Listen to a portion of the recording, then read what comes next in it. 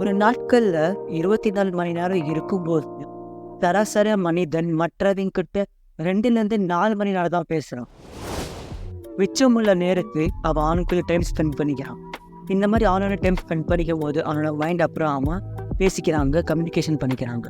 இந்த உரையாடல், இந்த கன்வர்சேஷன் நல்லா இருக்கணுமா இல்லையா? நல்லா இருக்கணும் இல்லை. ஆனால் துரதிருஷ்டவசமாக பெரும்பாலும் மக்கள் அவங்கள திட்டிக்கிறாங்க, அவங்கள குறை சொல்லிக்கிறாங்க, இல்லை நெகட்டிவ் திங்கிங் பண்ணி அவங்கள கவலைக்கு ஆள் உண்டாக்கிறாங்க. இது பின்காலத்தில் இதை தப்பு பண்ணுன்னு சொல்லி இப்போ கூட ரொம்ப வருத்தப்பட்டு இருப்பாங்க. ஆனால் நம்மளுக்கு யாராச்சும் மனசால பிடிச்ச ஆள் யாராவது இல்லைன்னா அவங்க கூட நம்ம ரொம்ப அன்பா பணிவா ரொம்ப பாசிட்டிவாக தான் இருப்போம்.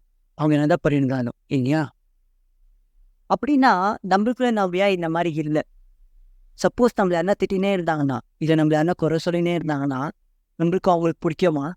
பிடிக்காதுன்னு. அதே மாதிரி தான் நம்மளுக்கும் நம்மளே பிடிக்காம போயிடும். செல்ஃப் டாக், சுய பேச்சு, நாள் முழுவதும் நம்ம எப்படி நம்மளுக்குள்ள பேசுகிறோமோ அதுதான் செல்ஃப் டாக்குன்னு சொல்லுவாங்க. இது வந்து உங்கள் கருத்துக்களாக இருக்கலாம், இல்லை ஒப்பீனியனாக இருக்கலாம், இல்லை ஜட்ஜ்மெண்ட்ஸ் தீர்ப்புகளாக கூட இருக்கட்டும். இது வந்து பாசிட்டிவாகவும் இருக்கும், இல்லை நெகட்டிவாக கூட இருக்கும். இது ஏன் முக்கியம்னா, நம்ம எப்படி பிஹேவ் பண்ணுறோமோ, எப்படி நடந்து கொள்கிறோமோ அண்ட் எப்படி நம்ம ஃபீல் பண்ணுறோமோ இது ரொம்ப பயங்கரமாக தீர்மானிக்கும். இந்த வீடியோ நெகட்டிவ் செல்ஃப் டாக்கோட விளைவுகள் மற்றும் அதை எப்படி கடற்படுறதுக்கான சில படிகளை பற்றி விளக்குகிறது. நெகட்டிவ் செல்ஃப் டாக் நம்மளுக்கு வந்து தனிமை, அப்புறம் மனசோர்வு, இந்த மாதிரி பிரச்சனைகள் உண்டாக்கும். எப்படின்னா, நாம் வந்து ஏதாச்சும் ஒரு தப்பு பண்ணிட்டோம்னா, ஒரு மிஸ்டேக் பண்ணிட்டோம்னா, நம்ம மைண்ட் வந்து மற்ற ஜனங்க வந்து நம்மளை கொஷன் பண்ணுற மாதிரி இந்த மாதிரி சுச்சுவேஷன் வந்து கிரியேட் பண்ணும் நம்ம மைண்ட்லேயே. இது என்ன ஆகுதுன்னா, நம்மளுக்கு வந்து ஆங்ஸைட்டி உருவாகுது, ஒரு பயத்தை, அப்புறம் மனசோர்வு உண்டாகுது. இதெல்லாம் ஒரு மாயம்தான், இதெல்லாம் ஒரு ஃபால்ஸ் ப்ரொஜெக்ஷன் தான்.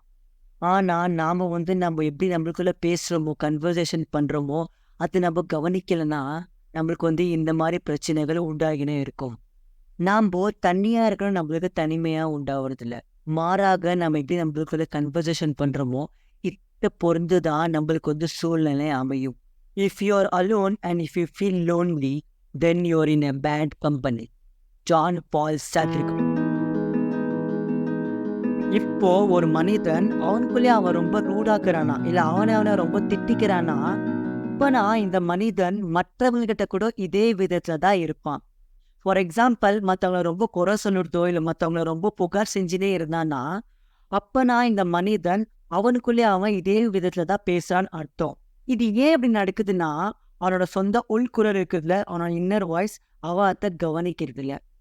அதனால தான் மற்றவங்களை புகார் செய்யறதோ இல்லை மற்றவங்களை குறை சொல்றதோ ஜீசஸ் தடை செஞ்சிடறாரு. Do not judge others so that you will be not judged. For with the judgment you make, you will be judged. The measure you give will be the measure you get. Matthew. நம்ம எப்படி மற்றவங்கிட்ட பேசுகிறோமோ அதே மாதிரி தான் நம்ம இன்னொரு voice கூட நம்மக்கிட்ட இந்த மாதிரி தான் பேசுதுன்னு அர்த்தம். The way you talk to yourself, the way you talk with others. பெரும்பாலும் மக்கள் என்ன நினைக்கிறாங்கன்னா, அவங்க வந்து சிச்சுவேஷன், சூழ்நிலை, அப்புறம் மற்றவங்களால தான் ஹர்ட் ஆகிறாங்கன்னு நினைக்கிறாங்க, இல்லை நெகட்டிவாக ஃபீல் பண்ணுறேன்னு நினைக்கிறாங்க. ஆனால் ஸ்டோயிக் ஃபிலாசபர்ஸ் இந்த ஐடியாவை தடை செஞ்சிடறாங்க. அவங்க என்ன நினைக்கிறாங்கன்னா, மற்றவங்களால வந்து நம்ம எப்படி ஃபீல் பண்ணுறோமோ அவங்களால வந்து அதை டிசைட் பண்ண முடியாது, அவங்களுக்கு அந்த பவரும் இல்லைன்னு அவங்க ஸ்ட்ராங்காக நம்புகிறாங்க. இதை பற்றி எபிக்டீட்டஸ் என்ன சொல்கிறாருன்னு கேட்கலாம். Men are disturbed not by the things which happen, but by the opinions about the things. For example, death is nothing terrible, for if it were, it would have seemed so to Socrates. For the opinion about death, that it is terrible, is the terrible thing. When then we are impeded or disturbed or grieved, let us never blame others but ourselves. That is our own opinion. வீட்டில் தனியாக இருக்கும்போது நீங்கள் ஒரு guest மாதிரி imagine பண்ணி பாருங்கள். இப்போது ஒரு கெஸ்ட்டை நீங்கள் எப்படி ட்ரீட் பண்ணுவீங்க, அவங்கக்கிட்ட நீங்கள் எப்படி பேசுவீங்க, அவங்கக்கிட்ட நீங்கள் ரொம்ப ரூடாக இல்லை ரொம்ப கடுமையாக இருந்தால் கண்டிப்பாக நீங்கள் சுற்றி இருப்பது அவங்களுக்கு பிடிக்காது இல்லையா? அதே மாதிரி நீங்கள் உங்களுக்குள்ளே கோபமாக இருக்கும்போது நீங்கள் சுற்றி இருப்பது உங்களுக்கு பிடிக்காம போயிடும். நம்ம வீட்டில் கெஸ்ட் இருக்கும்போது நம்ம வீடு ரொம்ப சுத்தமாக அப்புறம் நீட்டாக வச்சுன்னு இருப்போம். அதே மாதிரி நாம வீட்டில் இருக்கும்போது வீடு சுத்தமாக வச்சுன்னு இருக்கணும். மேலும் வீடை சுத்தமாக வைக்கிறதுனால அது ஒரு குறைத்து மதிப்பிட்ட மெடிடேஷன் தியானமாகும். பின்னர் வீடு சுத்தமாக வைக்கிறதுனால ஸ்ட்ரெஸ்ஸு குறைஞ்சி ரிலாக்ஸ் ஆகி ஃபீல் குட்டாக இருப்போன்னு நிறையா சயின்டிஃபிக் ரீசர்ச் சொல்கிறாங்க. கீழே லிங்க்ல இருக்கு. சில சமயம் நம்மளோட நெகட்டிவ் செல்ஃப் டாக் நம்மளுக்கு கரெக்டான பாதை கூட கொண்டு போகும். உதாரணத்துக்கு ஒரு மனிதன் அவனோட வேலையை எப்பவுமே தள்ளி போட்டுனே இருந்தால் அந்த வேலை ரொம்ப பயனுள்ளதாக இருந்தாலும் அப்போ அவனோட சொந்த உள்குரல் அவனுக்கு கனிவாக இருக்காது. அப்புறம் அந்த வேலை பண்ண அவனை மோட்டிவேட் பண்ணும்.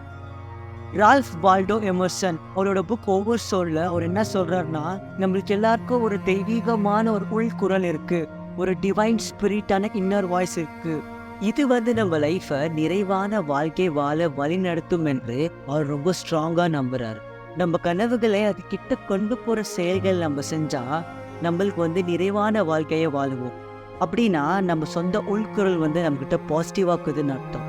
ஏன்னா நம்ம எப்படி யோசிக்கிறோமோ அதை பொறுத்து தான் நம்மளுக்கு எப்படி ஃபீல் பண்றோமோ அது தீர்மானிக்குது.